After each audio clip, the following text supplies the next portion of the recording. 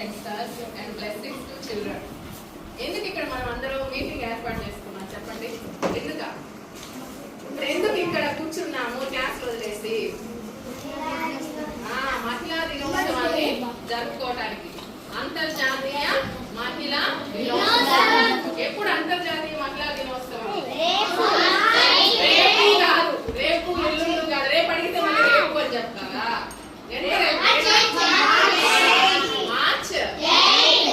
March 8 ఎందుకు జరుపుకోవాలి మహిళా దినోత్సవాన్ని? మొన్నే చెప్పాను, మనం సైన్స్ స్టూడెంట్స్ లాగా ఉండాలి. ఎందుకు, ఏమిటి, ఎలా అని ప్రశ్న వేసుకోవాలని.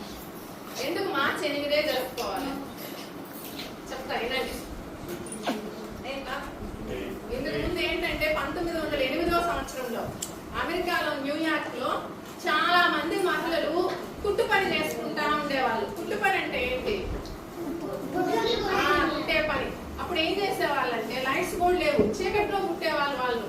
అదే కాక వాళ్ళకి పని టైమింగ్స్ అనేవి ఎక్కువగా ఉండేది, చాలా ఎక్కువగా ఉండేది. అప్పుడు వాళ్ళందరూ ఏం చేశారంటే పెద్ద ధర్నా చేశారు. మాకు టైమింగ్స్ తగ్గించాలి, వర్కింగ్ అవర్స్ తగ్గించాలి, మరియు శాలరీ జీతం అనేది పెంచాలి, అంతేకాకుండా మాకు మహిళలకు ఓటు హక్కు కూడా కల్పించాలి అని పెద్ద ఎత్తున ధర్నా చేశారు. తర్వాత 1925లో జర్మనీలో ఒక లేడీ కార్ల్ గ్యాట్సిన్ అనే ఒక లేడీ అధ్యక్షతన ఇంకా పెద్ద మార్చి 8వ తేదీ పెద్ద ఎత్తున ధర్నా చేశారు. అప్పుడు నుంచి ఏం చేశారంటే కొంచెం లేడీస్ కి ఇవన్నీ వాళ్ళు అడిగినవన్నీ ఇచ్చారనమాట.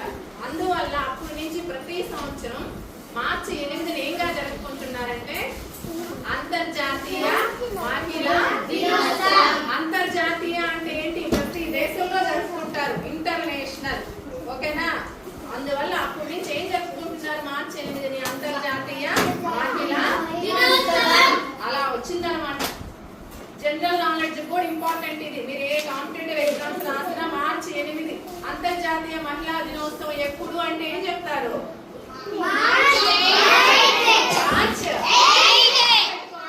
ఎందుకు ఊరికే కూర్చున్నాం, ఏదో చెప్పారు విన్నాం, చాక్లెట్ తీసుకెళ్ళాం, అలా ఉండదు. అర్థమవుతుందే అదనమాట. ఇంకా అది ఎలా వచ్చింది అనేది అది మహిళా దినోత్సవం. సరే, అసలు మహిళ గురించి మాట్లాడుకుందాం. ఓకేనా? ఇంట్లో చూద్దా, స్త్రీ లేనిదే మనకి గమనం లేదు, జననం లేదు. మనల్ని పుట్టించింది ఎవరా? అమ్మ కడుపులో ఇచ్చే కదా మనం వచ్చామా. సో స్త్రీ లేనిదే సృష్టి లేదు, జీవం